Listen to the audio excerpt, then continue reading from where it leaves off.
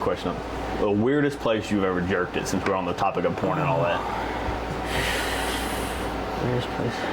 A Walmart parking lot, for sure, when I was like 7th grade. 7th grade? What, the parents leave you in the car by yourself? Yeah, I told them I was tired. I was going to go take a nap, or like I just didn't want to go in. They're like, you sure? I was like, yeah.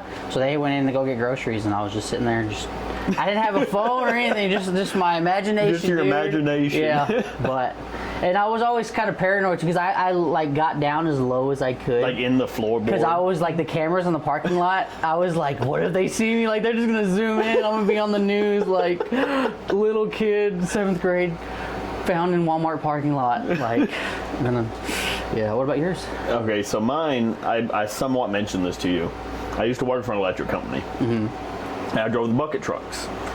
And you've said their name on this podcast like multiple times, right? Yeah, I think me and Isaac, after like drinking so much, I just kept forgetting not to say it, and I kept just saying fuck them. But for this terms, I'm going to say electric company. We were heading out to Orla. Oh, trash can's around the corner. You can actually, if you want to set it here in the middle of the bar. I meant to do that earlier. But yeah, no, so I was heading out to Orla. I can't remember the name of the road. God dang it. And I had it in my head what road it was. Wildcat Road? Something like that. Wildcat Road. Out there in Orla? Oh, no, I don't ever really go to Orla. Oh, okay. I think there's something called like that. Can I grab one? Yeah, just grab one of those Budweiser Supremes. There's no more Shiners. Those are pretty good, though. So we're heading out there, and I was ahead of the guys. Like, they were doing another job that they were going to meet me out there. So I knew I was a good 30 minutes to an hour ahead of them. So I get out there, go into my phone, and, urge just came up. And it got in my mind. I was like, I wonder what it feel like to jerk it like 30 feet up in the air.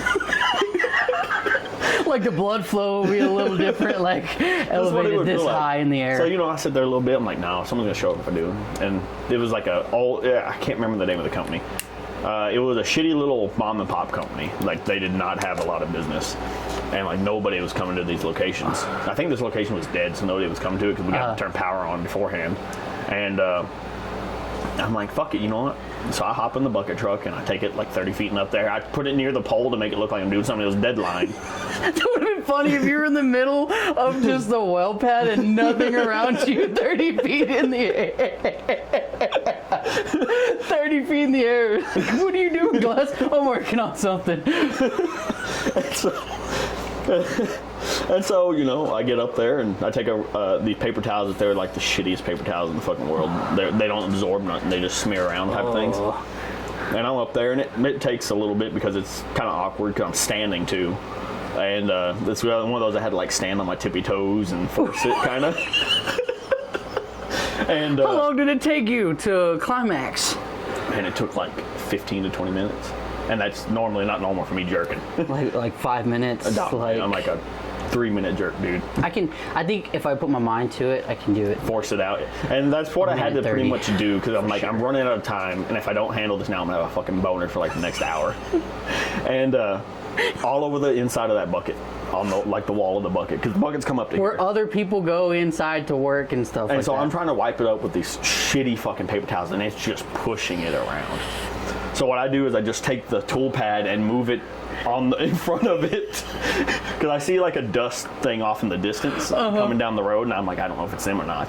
So I just see like the dust flying up. So I put that on it, bring the bucket down, act like nothing happened. Never told nobody until like earlier this year.